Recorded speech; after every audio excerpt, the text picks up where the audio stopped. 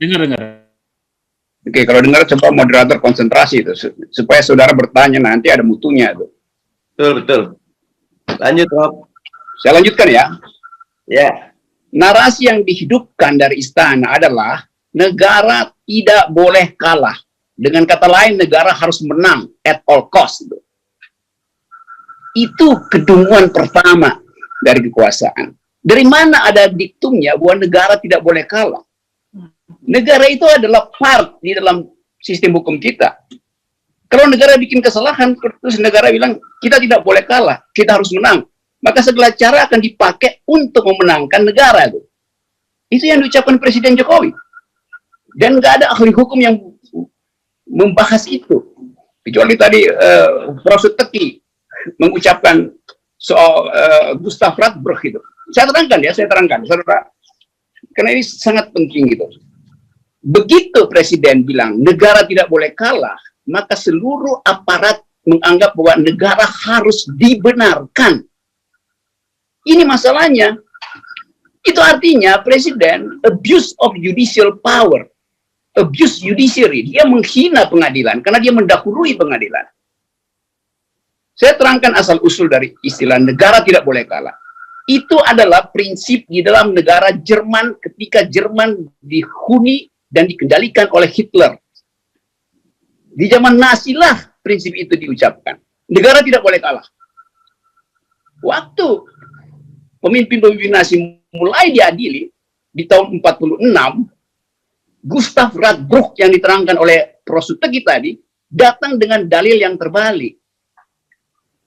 Bahwa hukum positif negara itu isinya adalah kejahatan, karena itu harus dibalik prinsipnya. Jadi dasar pikiran ini yang nggak dimengerti oleh para pembisik Presiden Jokowi di istana. Mereka nggak paham tentang logik dari negara tidak boleh kalah. Mereka nggak paham tentang sejarah hukum. Mereka nggak paham tentang legal philosophy itu. Nah ini duduk perkaranya di situ sebetulnya. Jadi prinsip negara tidak boleh kalah itu adalah positivisme in optima forma. Pemberlakuan pasal hukum positivistik di tingkat yang paling tinggi itu. Kalau begitu buat apa ada pengadilan kalau Presiden udah bilang negara tidak boleh kalah? Jadi yang mesti dikalahkan siapa? Rakyatnya. Karena ini otak yang tidak lengkap. Masuk di dalam pembicaraan publik. Lalu semua anggap itu benar itu. Kan prinsip bahwa hukum itu menjamin keadilan. Artinya masukkan ke pengadilan. Bukan negara tidak boleh kalah, negara bisa dikalahkan di pengadilan. Ini logika beginian kok nggak pernah diajarin gitu. Ini simple logic itu. Jadi kita ada di situ sebetulnya dalam keadaan stateism, negaraisme, segala sesuatu negara harus dibenarkan.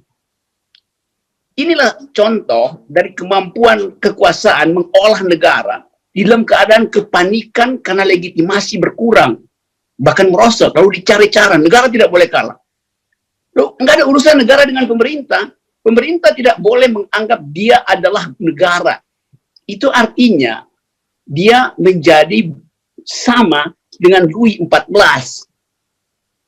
L'état c'est moi. Aku adalah negara itu. Karena itu, negara tidak boleh kalah, karena aku tidak boleh dikalahkan itu. Jadi, pikiran semacam ini yang membuat kita buruk di dalam menghadapi soal-soal keadilan. Negara hukum ini dianggap negara hukum artinya negara yang harus bisa diakses secara sama oleh warga negara yang berbeda. Bukan dianggap, kan ini slogannya begitu banyak. Equality before the law, artinya semua orang sama di depan hukum. Nggak begitu prinsip John Locke. Equality before the law artinya hukum harus sama diakses oleh orang yang berbeda. Itu prinsipnya. Tentu saja saya dengan Menteri Kabinet tidak sama di depan hukum. Dia punya akses lebih dekat dengan Presiden. Karena itu kekuasaan yang mesti sama untuk diakses oleh orang yang berbeda. Yang punya uang pasti berbeda dengan yang miskin mengakses kekuasaan. Tetapi hukumnya yang mesti sama. Jadi bayangkan misalnya diajarkan di Fakultas Hukum, kedunguan-kedunguan semacam ini. Lalu masuk ke istana, lalu Presiden dengan gagah berani bicara, negara tidak boleh kalah. Loh dia Hitler apa? Dia Louis XIV apa? L'état c'est moi. Jadi Saya ingin agar supaya ucapkan itu secara jernih melalui Mardhani Alisera ada di DPR, bongkar kemunafikan hukum kita. Profesor Teki mengajar itu bertahun-tahun dengan hukum progresif, nggak ada orang yang dengar. Karena logika kekuasaan itu bukan hukum progresif, tapi stateism. Jadi saya betul-betul tersinggung secara akademis terutama karena kedunguan istana dalam memahami fondasi dari cara berpikir hukum. Terima kasih. Terima kasih, Bung Rocky. Bung Rocky, kalau kita lihat prinsip-prinsip negara hukum tuh ada 3 prinsip ya. Pertama, supremacy of law. Hukum harus menjadi panglima tertinggi, bukan kepentingan politik penguasa. Yang kedua, equality before the law. Semua orang atau golongan memiliki kedudukan yang sama di depan hukum. Dan prinsip ketiga, due process of law. Menegakkan hukum tidak boleh melanggar asas dan proses penegakan hukum itu sendiri. Jadi, 2 peristiwa yang sedang berlangsung saat ini benar-benar melanggar 3 prinsip negara hukum ini. Nah, ketika pemerintah yang harusnya menjadi penegak hukum menjadi institusi yang terlihat tidak menegakkan prinsip-prinsip negara hukum ini, kemana rakyat akan berharap, kemana rakyat akan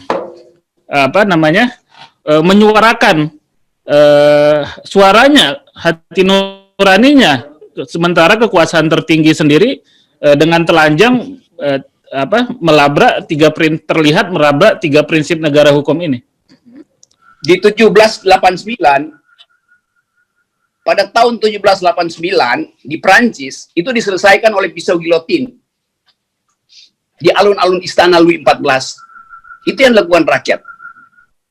200 tahun sebelumnya di 1516 di Itali di zaman Franco Gallia dibuat prinsip yang namanya konstitusionalisme, yaitu hak rakyat untuk membunuh raja. Itu inti dari konstitusionalisme itu. Jadi kita sebaiknya masuk dalam substansinya itu. Kalau kita sekedar ya rakyat mau apa itu, mau demo, mau ditangkap, mau ditembak gitu. Jadi coba biasakan forum semacam ini kita menguji dalil-dalil yang diucapkan di istana dengan ambil risiko untuk bertengkar secara akademis. Saya mau bertengkar secara akademis dengan semua pejabat hukum di sana tuh, siapa aja tuh, supaya ada pelajaran. Jadi jangan seolah-olah menganggap bahwa karena ada kekuasaan maka mengatur segala sesuatu dengan prinsip ini berdasarkan hukum. Jadi kata berdasarkan hukum itu konteksnya apa berdasarkan hukum? Jadi fasilitas kita untuk berdebat dihilangkan oleh kekuasaan, termasuk IELTS dihilangkan. Karena kekuasaan takut dibuntukkan pikirannya oleh pikiran kritis, oleh akal sehat. Nah, saya mau ucapkan ini secara jujur, supaya mereka yang mengajar di Fakultas Hukum, mereka yang memegang jabatan-jabatan publik di bidang hukum, belajar tentang sejarah hukum sejak Romawi, pelajari prinsip-prinsip konstitusi sampai pada dasar filosofinya itu. Kuasai bagian-bagian penting di dalam peristiwa seluruh dunia di mana hukum itu mengalami positifikasi karena ditopang oleh kekuasaan. Itu poinnya. Baik, terima kasih Bung Rocky.